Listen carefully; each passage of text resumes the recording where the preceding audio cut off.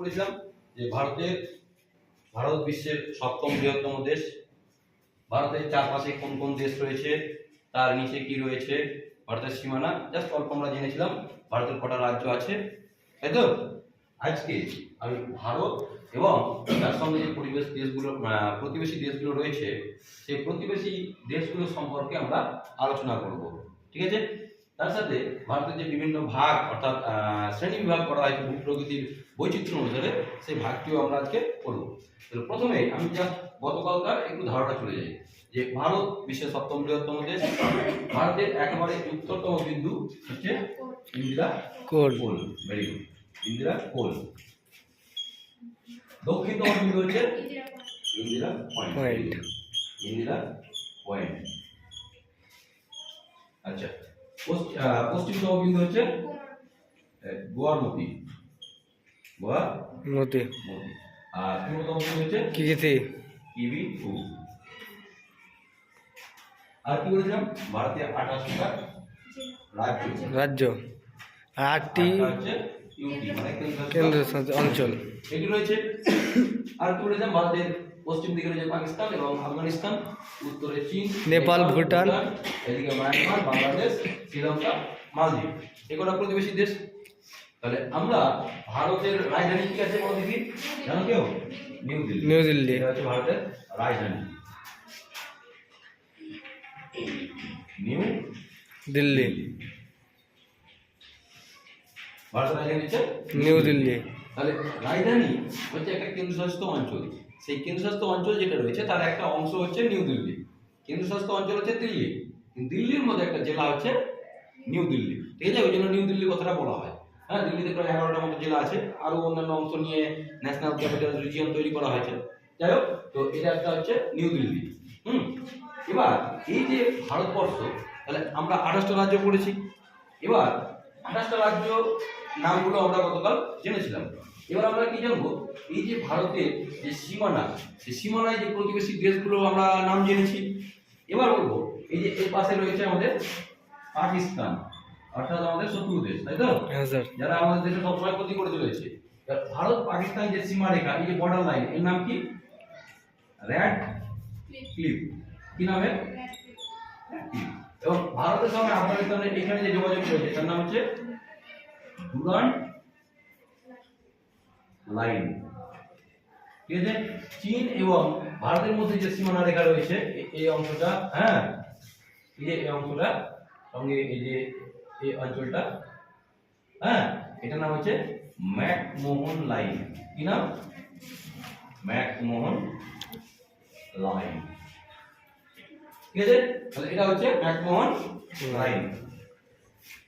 এবার আমরা ভারত পাকিস্তান সীমা রেখা পড়লাম রেড ক্লিফ, ভারত আফগানিস্তান হচ্ছে ডুরান্ড, ভারত চীন হচ্ছে ম্যাকমোহন লাইন। এবার দেখো, এই যে বাংলাদেশ রয়েছে, এটা একসময় কি ছিল?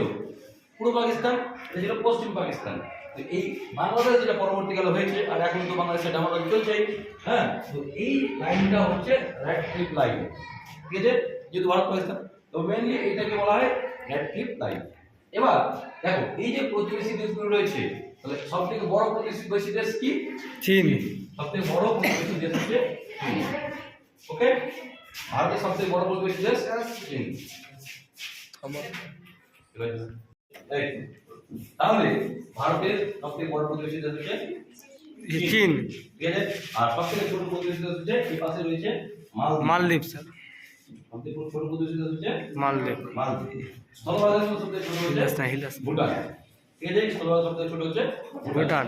এবার এই যে আমরা বললাম ভারতের সবথেকে বড় প্রতিবেশী দেশ হচ্ছে চীন, কিন্তু ভারতের সঙ্গে সীমানা সবথেকে যদি বেশি বড় বলা হয়, তাহলে সেটা হবে কিন্তু এই বাংলাদেশের। তাদের সবথেকে বড় সীমানা বাংলাদেশ। কেন? বাংলাদেশ ভারতের মাঝখানে, শুধুমাত্র এই অঞ্চলের চট্টগ্রাম রয়েছে, বাকি সম্পূর্ণ অংশ কিন্তু ভারতের মধ্যেই রয়েছে। ঠিক আছে? ভারতের মধ্যে রয়েছে। এবার এই যে বললাম যে বাংলাদেশের সঙ্গে ভারতের সীমানা সবথেকে বেশি, তারপরে হচ্ছে চীন। এবার দেখো, এই যে প্রতিবেশী দেশগুলো আমরা বললাম, সীমানা বললাম, হ্যাঁ, কোনটা দেশ বড় কোনটা ছোট বললাম। বাংলাদেশের সীমানার সঙ্গে ভারতের সীমানা সবথেকে বেশি রয়েছে প্রতিবেশী দেশ হিসাবে। এবার দেখো, এই যে ভারতের উপকূল অর্থাৎ চারদিকে যে জল, এই যে দেখো দক্ষিণ দিকে ভারত মহাসাগর, দক্ষিণ দিকে হচ্ছে ভারত মহাসাগর। ভারত মহাসাগর। মহাসাগর। আর পূর্ব দিকে বঙ্গোপসাগর, পশ্চিম দিকে আরব সাগর। এই যে অংশটা উপকূলের মতো, মানে ওই কি বলবো এটাকে, চারিদিকে মানে 3 ভাগে কি হচ্ছে জল, আর মাঝখানটা স্থলভাগ অর্থাৎ উপদ্বীপের মতো। সেই জন্য এই অংশটা বলা হয় উপদ্বীপীয় ভারত।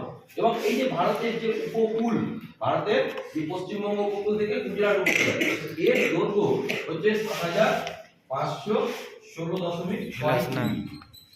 ঠিক আছে, 7516.6 কিমি। এই গুজরাটে ঘুরে আমাদের কন্যাকুমারী থেকে বলা হয় সুন্দরবন, তার সাথে আন্দামান নিকোবর দ্বীপপুঞ্জ এবং লাক্ষাদ্বীপ, এই মিলে হচ্ছে কি 7516 কিমি। মনে থাকবে তো, 7516 ভারতের উপকূল ভাগের দৈর্ঘ্য। এবং স্থল ভাগের দৈর্ঘ্য হচ্ছে প্রায় 15000 কিলোমিটারের বেশি আছে। হ্যাঁ, 15000 প্লাস কিমি আছে, 15000 এর বেশি আছে স্থল ভাগের দৈর্ঘ্যটা। এবার দেখো ভারতে এই যে সীমানা বললাম, এই যে দেখো ভারত, দক্ষিণ ভারত এবং এটা হচ্ছে শ্রীলঙ্কা। এই শ্রীলঙ্কার মাঝে এই যে জলভাগটা রয়েছে, এই যে জলভাগটা রয়েছে, এর নাম হচ্ছে মান্নার উপসাগর। কি নাম? মান্নার উপসাগর। তাহলে এই অঞ্চলটা, এই অঞ্চলটার পাশে যে জলটা রয়েছে, যে কালারটা করছি আমি, এইটা হচ্ছে মান্নার উপসাগর। কি নাম? মান্নার উপসাগর। কোনটার নাম মান্নার উপসাগর? এই অঞ্চলটা।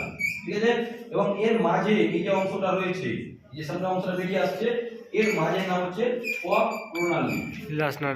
পক প্রণালী। কি নাম? পক প্রণালী। প্রণালী কোনটা? ভারত এবং শ্রীলঙ্কার মাঝে যে বিচ্ছিন্ন দ্বীপগুলো রয়েছে। আমরা যদি মহাভারতের কথা আসি বা রামায়ণের কথা আসি, তাহলে রামচন্দ্র এই অঞ্চল দিয়ে শ্রীলঙ্কা গেছিল, যারা আমরা রাম সেতু বলছে, হ্যাঁ, আদম ব্রিজ বলছে, যাই হোক, হ্যাঁ, তো যার কাছে যেটা বিশ্বাস সেটা আমি যাচ্ছি না, কিন্তু এই অঞ্চলটাই হচ্ছে সেই পথ প্রণালী, যেখান দিয়ে ভারত থেকে রামচন্দ্রের যে রামায়ণ আমাদের ভারতবর্ষে রয়েছে, রামায়ণ, সেই রামায়ণে রাম, ভগবান শ্রীরাম শ্রীলঙ্কা গেছে এইখান দিয়ে। ঠিক আছে, ওই জায়গাটার নাম হচ্ছে কি? পথ প্রণালী। অনেকে বলে আদম ব্রিজ রয়েছে একটা। আর এই অংশটা হচ্ছে মান্নার উপসাগর। তাহলে দেখো আমরা যখন ভারতের সঙ্গে পড়ছি, তাহলে ম্যাপটাও আমাদের সঙ্গে যুক্ত হচ্ছে। মাথায় যখন ছাপটা নিয়ে নিবা, হ্যাঁ, যে আমরা যখন পড়লাম এটা বাংলাদেশের সীমানা, এটা পাকিস্তানের সীমানা, এটা চীনের সীমানা, এটা নেপালের সীমানা, এটা ভুটানের সীমানা। এর সাথে সাথে ভারত এবং শ্রীলঙ্কার মাঝে কি রয়েছে? পক প্রণালী, দুটো মাঝখানে যে সীমানা, এবং জলভাগটা হচ্ছে মান্নার উপসাগর। এবার আমরা যখন এই অংশটা দেখবো, তাহলে আমরা এই উপকূলটা দেখবো। এবার সমুদ্রের ধারে কি কি রয়েছে? আমাদের এইখান থেকে এই অঞ্চলটা হচ্ছে পশ্চিমবঙ্গ, এই লাইটে আছে আমাদের ডাব্লিউপি, মানে পশ্চিমবঙ্গ উপকূল। হ্যাঁ, যেটা অংশ হচ্ছে সুন্দরবন। হ্যাঁ, এবং পশ্চিমবঙ্গের পরে হচ্ছে অন্ধ্রপ্রদেশ, এই উড়িষ্যা, এই জায়গাটা হচ্ছে উড়িষ্যা। এখান থেকে এটা হচ্ছে উড়িষ্যা উপকূল। উড়িষ্যা থেকে এই অংশটা পড়তে হচ্ছে এটি, মানে অন্ধ্রপ্রদেশ উপকূল। বাকিটা হচ্ছে তামিলনাড়ু। বাকিটা হচ্ছে তামিলনাড়ু। আমি টিএন লিখলাম সংক্ষেপে বোঝার জন্য। হ্যাঁ, এটা তাহলে কি হচ্ছে? কয়টা উপকূল? পশ্চিমবঙ্গ উপকূল, উড়িষ্যা উপকূল, অন্ধ্রপ্রদেশ উপকূল, তামিলনাড়ু উপকূল, একেবারে এই মাথা পর্যন্ত। তাহলে কয়টা রাজ্য আছে? পশ্চিমবঙ্গ, উড়িষ্যা, অন্ধ্রপ্রদেশ, তামিলনাড়ু, 4টে রাজ্য আছে। 4টে রাজ্য। এই 4টে রাজ্যের উপকূলকে আমরা সোজা কথায় কি বলি? ভারতের পূর্ব দিকে বলে পূর্ব উপকূল। কি বলি? পূর্ব উপকূল। দুটো ভাগে ভাগ করা হয়। এই তামিলনাড়ু উপকূলের এই অংশটা হচ্ছে, এই পুরোটা হচ্ছে উত্তর সরকার উপকূল। কি সরকার উপকূল? উত্তর সরকার উপকূল। ঠিক আছে, এটা বলা হয় উত্তর সরকার উপকূল। এবং তামিলনাড়ু উপকূলটাকে বলা হয় করমণ্ডল উপকূল। করমণ্ডল উপকূল। তাহলে পূর্ব উপকূলকে আবার দুভাগে ভাগ করা যায়, একটা উত্তর সরকার উপকূল আর একটা হচ্ছে করমণ্ডল উপকূল। এবার আমরা আসছো এই দিকে, পশ্চিম দিকে। এটা যদি পূর্ব উপকূল হয়, তাহলে এটা কি হবে? এটা পূর্ব উপকূল, তাহলে এটা হচ্ছে পুরোটা পশ্চিম উপকূল। এখানে কি কি রাজ্য দেখতে পাবো? এখানে প্রথম পাবো গুজরাট, একেবারে উত্তরে গুজরাট, এই সীমানা পর্যন্ত হচ্ছে গুজরাট। গুজরাটের পরে হচ্ছে মহারাষ্ট্র। ঠিক আছে, মহারাষ্ট্র পরে হচ্ছে কর্ণাটক, কর্ণাটক পরে হচ্ছে কেরালা। ঠিক আছে, তাহলে এখানে 4টে রাজ্যের উপকূল আমরা দেখতে পাবো। মাঝখানে এখানে দমন ও দ্বীপ, এখানে রয়েছে কিছু অংশ কেন্দ্রশাসিত অঞ্চল, এবং মহারাষ্ট্র উপকূলের সঙ্গে এখানে কি গোয়া উপকূল রয়েছে, কিন্তু এটাকে মহারাষ্ট্র উপকূলের অংশই ধরে নেওয়া হয়। ঠিক আছে, এবার দেখো তাহলে ভারতের এই যে উপকূলগুলো আমরা পেলাম, সবথেকে বড় উপকূল কোনটা? গুজরাটের উপকূল। কেন? দেখো গুজরাট এখান থেকে যাচ্ছে, দেখো ভেতরে ঢুকছে, আবার এই পাশে মানে এবার যাচ্ছে, আবার ভেতরে ঢুকছে অনেকটা। এই যে মানে ভাঁজ করা অংশ বা ভেতরে ঢুকে সমুদ্র, এই জন্য গুজরাটের উপকূলের দৈর্ঘ্য সব থেকে বেশি। কোন উপকূলের দৈর্ঘ্য সবচেয়ে বেশি? গুজরাট। অনেক সময় বিভিন্ন পরীক্ষাতে প্রশ্ন আসে, ভারতের কোন রাজ্যের উপকূলের ভাগের দৈর্ঘ্য বেশি? এটা হচ্ছে গুজরাট। এবার এই যখন গুজরাট আমরা পেলাম, তারপর এটা হচ্ছে মহারাষ্ট্র, এটা হচ্ছে মহারাষ্ট্র। গুজরাট, এটা উপরটা হচ্ছে গুজরাট, আর এটা হচ্ছে মহারাষ্ট্র। মহারাষ্ট্র। এই যে মহারাষ্ট্র, এই মহারাষ্ট্র উপকূল বলা হয় কোঙ্কণ উপকূল। কি উপকূল বলা হয়? কোঙ্কণ উপকূল। উপকূল বলা হয় আগে মহারাষ্ট্র উপকূলকে। তার সাথে কি যুক্ত আছে? গোয়া। এর মাঝখানে কি যুক্ত আছে? গোয়া। বিভিন্ন সিনেমায় বা বিভিন্ন আমরা দেখেছি গোয়া, এই গোয়া ভারতের সঙ্গে পরবর্তীকালে যুক্ত হয়েছে। যাই হোক, গোয়া উপকূল, মহারাষ্ট্র উপকূলের নাম হচ্ছে কোঙ্কণ উপকূল। এরপরে হচ্ছে কর্ণাটক উপকূল, এই অংশটা হচ্ছে কর্ণাটক, এর নাম হচ্ছে কানাড়া উপকূল। কর্ণাটক উপকূল বা কানাড়া উপকূল, ঠিক আছে? কর্ণাটক উপকূল বা কানাডা উপকূল। কানাড়া উপকূল, ঠিক আছে? এরপরে যে কেরালা উপকূল রয়েছে, এর নাম হচ্ছে মালাবার উপকূল। কি নাম বললাম? মালাবার উপকূল। কেরালা উপকূলের নাম কি? মালাবার উপকূল। কর্ণাটক উপকূলের নাম কানাড়া উপকূল বা কর্ণাটক উপকূল বলে। এদিকে মহারাষ্ট্র এবং গোয়া মিলে হচ্ছে কোঙ্কণ উপকূল। গুজরাট উপকূলটা হচ্ছে গুজরাট উপকূল। গুজরাট উপকূলের দুটো ভাগ আছে। এই অংশটা, এই জলভাগের উপর অংশটা রয়েছে, এটা হচ্ছে কচ্ছ আর এটা হচ্ছে কাথিয়াবাড়। এটা হচ্ছে কাথিয়াবাড়, ঠিক আছে? আর এইদিকে রয়েছে আমাদের আন্দামান ও নিকোবর দ্বীপপুঞ্জ উপকূল, আর এখানে রয়েছে লক্ষদ্বীপ উপকূল, ঠিক আছে? আন্দামান নিকোবর দুটো নাম আছে, আন্দামান নিকোবর। এর মাঝে রয়েছে 10 ডিগ্রি চ্যানেল। কি রয়েছে? কত ডিগ্রি চ্যানেল রয়েছে? 10 ডিগ্রি। 10 degree channel. কোথায়? আন্দামান এবং নিকোবর দ্বীপপুঞ্জের মাঝে। এটাকে বিচ্ছিন্ন করেছে। এবার আমরা উপকূল ভাগটা দেখলাম, ভারতের উপকূল ভাগ পেলাম, কোন কোন উপকূল রয়েছে না রয়েছে এটা সম্পর্কে আমরা ডিটেইলসে যাব এবং ভারতের উপকূল পড়ব। এবার দেখো, এই যে ভারতে আমরা প্রথমে লিখেছি, আগে দিন বলেছি 28টা রাজ্য, 8টা কেন্দ্রশাসিত অঞ্চল, হ্যাঁ? এইবার সমস্ত কিছু মিলে, অর্থাৎ এই যে ভারতবর্ষ পৃথিবীর 7ম বৃহত্তম দেশ, সবথেকে বড় কে? রাশিয়া। 2 নম্বরে রয়েছে কানাডা। 3-এ একটু মতভেদ রয়েছে যে চীন নাকি ইউএসএ, এটা নিয়ে একটু কনফিউশন আছে। কখনো কখনো তথ্য পাওয়া যায় যে চীন বড়, কেউ বলছে আমেরিকা বড়। যাই হোক, তো চীন, আমেরিকা এবং 4 চায়না, এটা ধরে নিলাম। 5 নম্বর রয়েছে ব্রাজিল, 5 নম্বর বৃহত্তম দেশ ব্রাজিল। 6 নম্বর হচ্ছে অস্ট্রেলিয়া। 7 নম্বরে আমাদের ভারত। ভারতের আয়তন কত? 32,87,263 বর্গ কিমি। এটা হচ্ছে ভারতের আয়তন, 32,87,263 বর্গ কিমি ভারতের আয়তন। ভারতবর্ষে একটা সাম্প্রতিক তথ্য অনুসারে ভারতবর্ষে সবথেকে বেশি লোক সংখ্যা রয়েছে। অর্থাৎ আমরা যদি প্রতি 10 বছর অন্তর ভারতের জনসংখ্যা গণনা করা হয়, কত বছর অন্তর অন্তর? 10 বছর অন্তর অন্তর।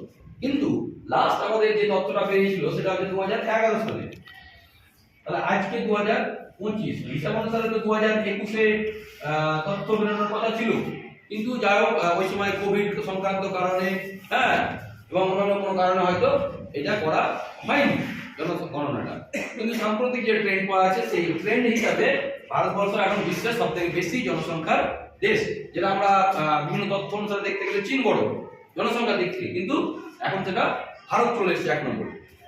যাই হোক, তাহলে 18টা রাজ্য রয়েছে, 8টা কেন্দ্রশাসিত অঞ্চল রয়েছে।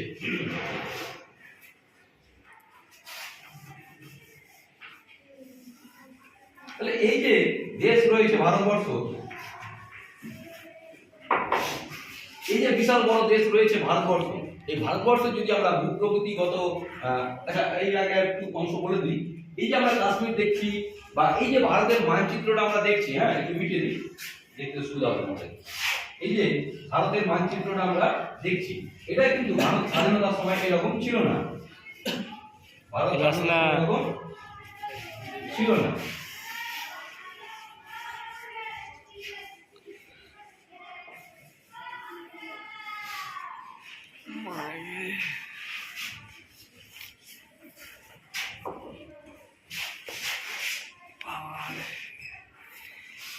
ভারত স্বাধীনতার সময় কিন্তু এরকম ছিল না। আমাদের এখনো দেখবা ভারত পাকিস্তান লড়াই লেগে থাকে। হ্যাঁ, এই যে কাশ্মীর আমরা দেখতে পাই ভারতের মানচিত্রে, এটা সম্পূর্ণ কিন্তু ভারতের অধিকারে নেই। নেই। ভারতের যে ম্যাপ দেখতে যাই তাহলে আমরা দেখতে পাবো অঞ্চল বিষয় দেখতে গেলে, হ্যাঁ, এই অংশটা দেখতে পাবো আমরা। হ্যাঁ, আর এই যে এই অংশটা,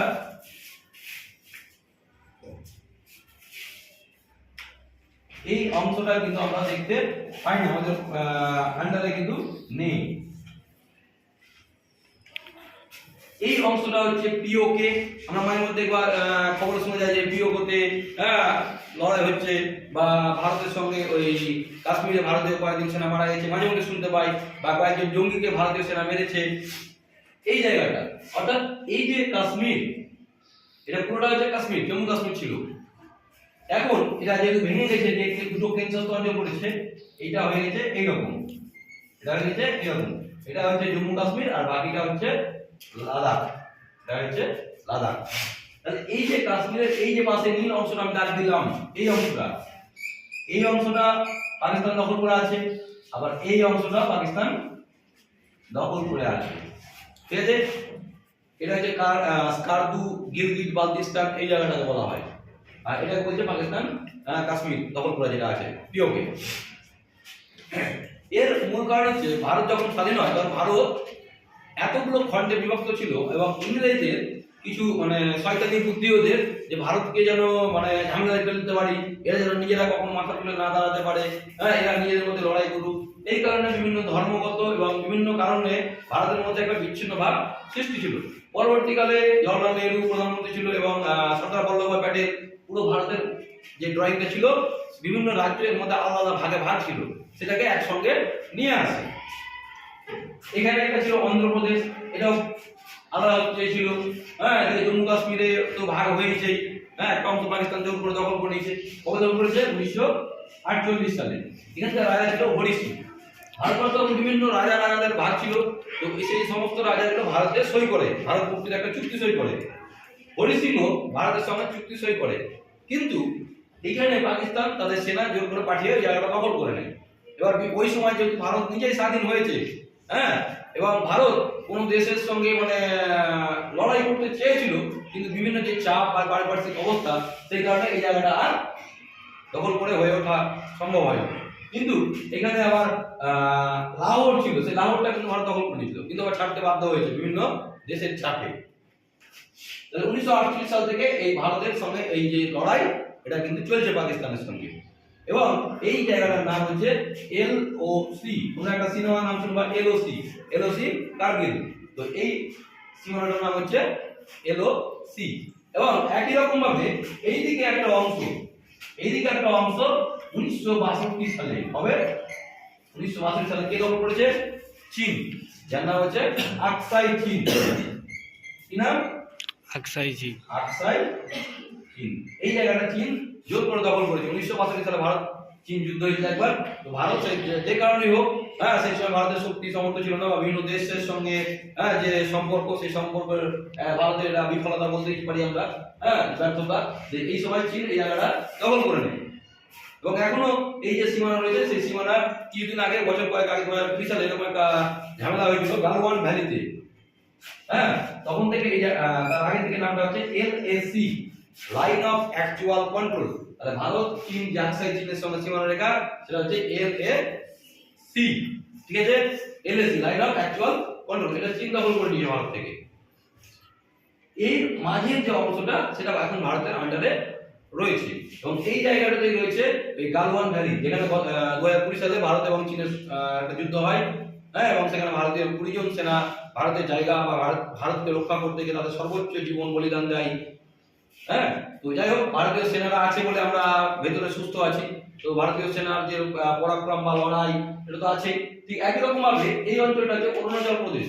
এখানেও কিন্তু ভারতের সঙ্গে চীনের লড়াই হয়, এবং ভারতের একজন সেনা রয়েছে, নাম তোমরা ইতিহাসে পাবা, নাম হচ্ছে জসবন্ত সিং।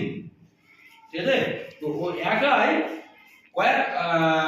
কয়েক হাজার চাইনিজ সৈন্যের বিরুদ্ধে লড়াই করেছে। গলা কেটে নিয়ে গেছিল না, সেরকম শুনেই। হ্যাঁ, তো এখানে অনেকজন মানে একাই লড়াই করেছিল, যতক্ষণ বেঁচে ছিল। ওর বাড়ি ছিল উত্তরাখণ্ড, যশবন্ত সিং। ঠিক আছে, তোরা ইসে বাবা মোবাইলে স্মার্ট হ্যাঁ, স্যার। পেয়ে যাবা, যশবন্ত সিং। তো এই যে ভারতীয় সেনার যে পরাক্রম, এই ভয়ে ওরা পালিয়ে গেছিল, এবং এখনো কিন্তু যশবন্ত সিংকে যশবন্ত সিং এর নামে কিন্তু ওই অঞ্চলের মানুষজন বা পুজো করে, যে ওরা ভারত জায়গাটাকে রক্ষা করেছে। ঠিক একই রকম ভাবে এই যে সিকিম, এই যে উত্তর অংশ যে সিকিম, এই সিকিমে তোমরা অনেকে নাথুলা গেছো, নাথুলা গিরিবাস। ওইখানে বাবা হরভজন সিং বলে একজন ভারতীয় সেনা রয়েছে, যার পরাক্রমের জন্য এই সিকিমটা ভারতের মধ্যে থেকে গেছে, নাহলে এটা চীন দখল করে নিত ওই সময়। আর সেই সময় ভারত স্বাধীনতা লাভ করেছে, হ্যাঁ, বিভিন্ন সমস্যা দেশের মধ্যে, তার মধ্যে রাজনৈতিক কিছুটা ব্যর্থতা, হ্যাঁ, এই সমস্ত কারণে লড়াই চলছিল। যাই হোক, 1975 সালে সিকিম ভারতের মধ্যে আসে, 1975 সালে ভারতের মধ্যে ঢুকে। কবে ঢুকে? হিলাস না। তার আগে চীন কিন্তু আলাদা ছিল, হ্যাঁ, চীন আলাদা ছিল, পরে ভারতে ঢুকেছে। ঠিক একই রকম ভাবে গোয়া 1962 সালে ভারতে ঢুকে। ঠিক আছে, এগুলো তখন আলাদা আলাদা ছিল। এরকম কিছু কিছু ছোটখাট ছিল। এই অন্ধ্রপ্রদেশ ছিল আলাদা, অন্ধ্রপ্রদেশের সঙ্গে আবার একটা লড়াই হয়, হ্যাঁ, অপারেশন পোলো বলছে। তো যাই হোক, এইভাবে ভারতবর্ষ যে একতা বোধ হয়, বা ভারতের যে বর্তমান মানচিত্র তৈরি হয়েছে সেটা তৈরি হয়। এবার আমরা আসি এই যে ভারত, অর্থাৎ 32,37,263 বর্গভূমি, বিশ্বের 7ম বৃহত্তম দেশ। এই ভারতের যদি আমরা ভূপ্রকৃতিগত পার্থক্য দেখতে যাই, তাহলে যেহেতু বিশাল বড় দেশ, এখানে ভূপ্রকৃতির বৈচিত্র্য কিন্তু অনেক রয়েছে। এখানে ভূপ্রকৃতির বৈচিত্র্য অনেক রয়েছে। এত বড় দেশ, তার মধ্যে রয়েছে কি, প্রথমেই আমরা যদি একবার উপর দিকে যাই, তাহলে এই অংশে পাবো আমরা বিশ্বের সবথেকে উঁচু পর্বত। বিশ্বের সবথেকে উঁচু পর্বত কি নাম? Mount Everest.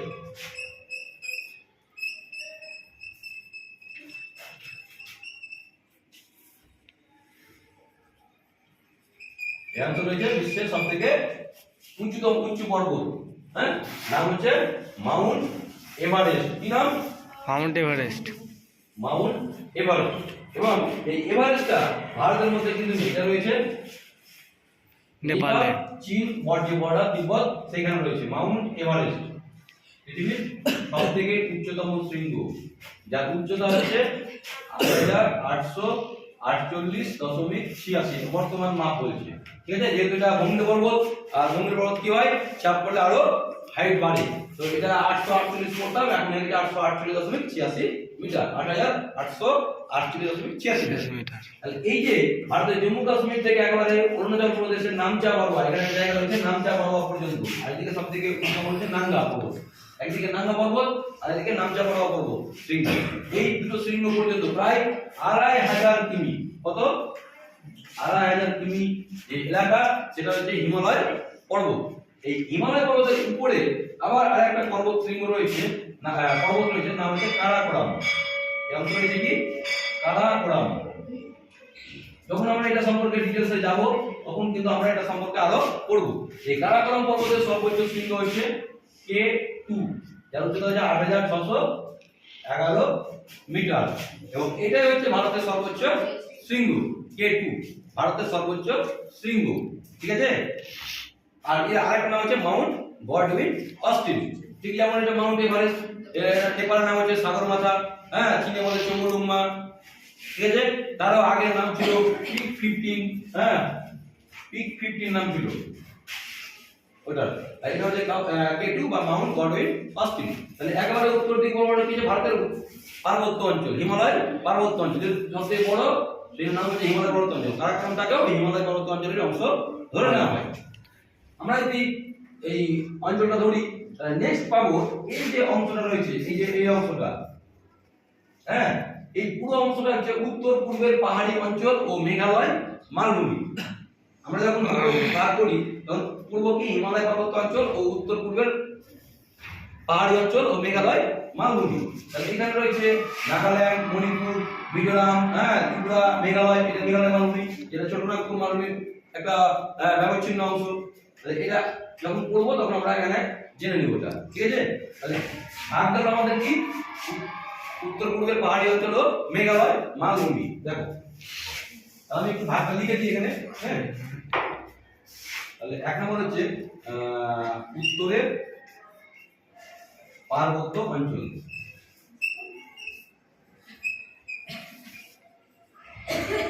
দুই নম্বর রয়েছে এই যে পার্বত্য অঞ্চলে প্রচুর নদী নেমে এসেছে, পর্বত থেকে তো নদী সৃষ্টি হয়, আর এখানে তো বরফগুলো পাহাড়গুলোতে কি রয়েছে, পর্বতগুলোতে বরফ রয়েছে, সেই বরফগুলো জলে কি সৃষ্টি হয়েছে, নদী, এবং এখানে কি সৃষ্টি হয়েছে, সমভূমি। এই দুই নম্বর পয়েন্ট হচ্ছে উত্তর ভারতের বিশাল সমভূমি, অর্থাৎ এই যে অংশটা হচ্ছে উত্তর ভারতের বিশাল সমভূমি। ভালো করে মাথায় ঢুকে নাও, এটার সঙ্গে কিন্তু ম্যাপ পয়েন্টও হয়ে যাচ্ছে, উত্তর ভারতের বিশাল সমভূমি।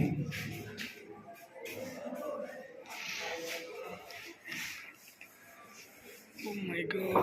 এবার দেখো 3 নম্বর, দেখো এই যে গুজরাট রয়েছে, এই অংশটা দেখো উপকূল, কি রয়েছে, ভারতের এই যে অংশটা, এটা কি রয়েছে, উপকূল। উপকূলটা আমি পরে লিখছি। এর মাঝের যে অংশটা রয়েছে, এই যে মাঝের অংশটা, এটা হচ্ছে মধ্য ভারতের মালভূমি অঞ্চল, এটা হচ্ছে মধ্য ভারতের মালভূমি অঞ্চল। আর এটা হচ্ছে দাক্ষিণাত্য মালভূমি অঞ্চল। তাহলে আমরা কি লিখবো, মধ্য ভারত ও দাক্ষিণাত্যের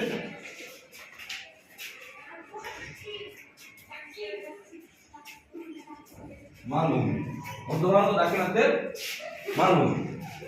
4 নম্বর রয়েছে উপকূল অঞ্চল, 4 নম্বর রয়েছে উপকূল অঞ্চল, আর 5 নম্বর রয়েছে দ্বীপ সমূহ। 5 নম্বর কি, দ্বীপ সমূহ। আচ্ছা, এই যে আমি 5টা ভাগ করলাম, এই ভাগটা কম বেশি হতে পারে। কেমন কম বেশি হতে পারে, এই যে উত্তর ভারতের বিশাল সমভূমি করলাম কিনা, এখানে ভারতের সবথেকে বড় মরুভূমি রয়েছে, ঠিক আছে, এখানটাতে ভারতের বড় মরুভূমি রয়েছে, এই জায়গাটা রাজস্থান। তো এই জায়গাটাকে আজকে আলাদা করি মরুভূমি অঞ্চল, তাহলে এটা একটা ভাগ হয়ে গেল। আবার এই অঞ্চলটা যদি আলাদা করে দিই, যে মধ্য ভারতের মালভূমি অঞ্চল একটা, দাক্ষিণাত্য মালভূমি অঞ্চল একটা, সেটা আলাদা হয়ে গেল, তাহলে দুটো বেড়ে যাবে। হ্যাঁ, আর এই দুটোকে অনেক সময় এক করে দেয়, তাহলে আমরা যদি এখানে করে দিই, এটা করে দিই, আর এটা আলাদা করে দিই, আর এই দুটোকে এক করে দিই, তাহলে কত হলো, 3, 4, আর এই দুটোকে এক করে দিলে 5, আর এই যে বিশাল সমভূমির মাঝখানে এই অঞ্চলটা যদি আলাদা করি বা এই অঞ্চলটা আলাদা করি, তাহলে 6 নম্বর হয়ে যাবে ওখানে, ঠিক আছে। কোনো বইয়ে 6 থাকবে আর কোনো বইয়ে 7, এটা আলাদা আর এটা আলাদা করলে 7 হয়ে যাবে, আর এটাকে যদি এর মধ্যে ধরে নেয় তাহলে 6 হবে। তো এটা কোনো ফ্যাক্টর না, ফ্যাক্টর হচ্ছে মোটামুটি অঞ্চলটাকে বোঝা। তাহলে আমি এই যে ম্যাপটা করলাম ভারতের ভূপ্রকৃতির যে শ্রেণীবিভাগ, এই ম্যাপটা তোমরা কালকে খাতায় এঁকে নিয়ে আসবা, ঠিক আছে, খাতায় এঁকে নিয়ে আসবা। দেখো আমি আবার বলছি, একবারে উত্তর অঞ্চলটা উত্তরের পার্বত্য অঞ্চল, হ্যাঁ স্যার। 2 নম্বরটা এটা লিখতে পারো, হ্যাঁ 2 নম্বর এটা লিখতে পারো যে উত্তর পূর্বের পাহাড়ি অঞ্চল, উত্তর পূর্বের পাহাড়ি অঞ্চল ও মেঘালয় মালভূমি, ঠিক আছে, উত্তর পূর্বের পাহাড়ি অঞ্চল ও মেঘালয় মালভূমি। 3 নম্বর উত্তর ভারতের বিশাল সমভূমি, এখানে যারা স্থান কাল দরকার নেই। 4 নম্বর হয়ে গেল মধ্য ভারতের উচ্চভূমি, 5 নম্বর দাক্ষিণাত্য মালভূমি, 6 নম্বর উপকূল অঞ্চল, 7 নম্বর এটা, বা 6 আর 7 একসঙ্গে হয়ে গেল, ঠিক আছে, 6টা ভাগ হয়ে গেল। তো যাই হোক, এই যে অঞ্চলটা যখন পড়বে তোমরা, অবশ্যই কিন্তু ভূপ্রকৃতির আমরা নেক্সট আলোচনা করবো কোথায় কি ভূপ্রকৃতি রয়েছে না রয়েছে, কিন্তু এই অংশটা পড়ার সঙ্গে সঙ্গে ম্যাপটা যেন হাতের কাছে থাকে, ম্যাপটা হাতের কাছে থাকে। যখন তুমি পড়বা পড়াটা, ম্যাপটার সঙ্গে লাইন বাই লাইন মিলিয়ে নিবা, যে আমি যেটা পড়ছি ম্যাপে কোথায় রয়েছে। এইভাবে যদি পড়ো তাহলে ভারতের ভূগোলের কখনোই ভুল হবে না ম্যাপ পয়েন্টিং এর ক্ষেত্রে, মনে থাকবে তো, ম্যাপ পয়েন্টিং তাহলে ভুল হবে না, না হলে কিন্তু ভুল হয়ে যাওয়ার সম্ভাবনা রয়েছে।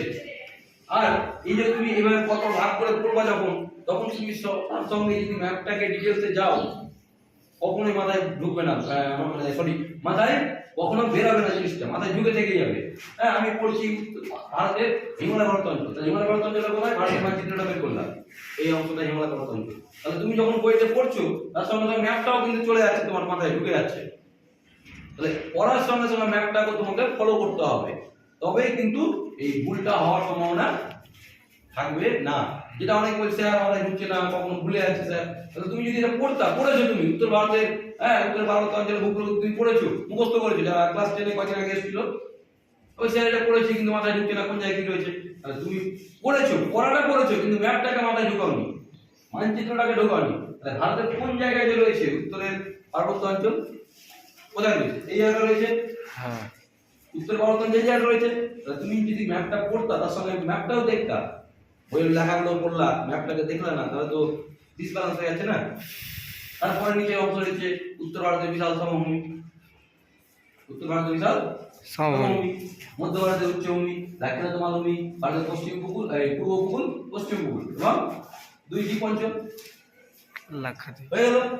তাহলে পড়বা, পড়ার সঙ্গে সঙ্গে বইটাকে ফলো করবা, ঠিক আছে? কোনো কিছু যদি প্রবলেম হয় বা আবার যদি জানতে চাও অবশ্যই কিন্তু জেনে নেবে, জিজ্ঞাসা করবো পড়ার সময় যে স্যার আপনি আমাকে এটা আবার বলেন, আমি বলবো অবশ্যই, হ্যাঁ। কিন্তু প্রশ্নটা কিন্তু তোমাদেরকে করতে হবে, প্রবলেম হলে প্রশ্নটা করতে হবে। এবং আমার কাজ থাকলো কালকে আমি এই ম্যাপটা যেন সবার কাছে দেখতে পাই, ভারতের ভূপ্রাকৃতিক শ্রেণীবিভাগ। স্যার বন্ধ করবো।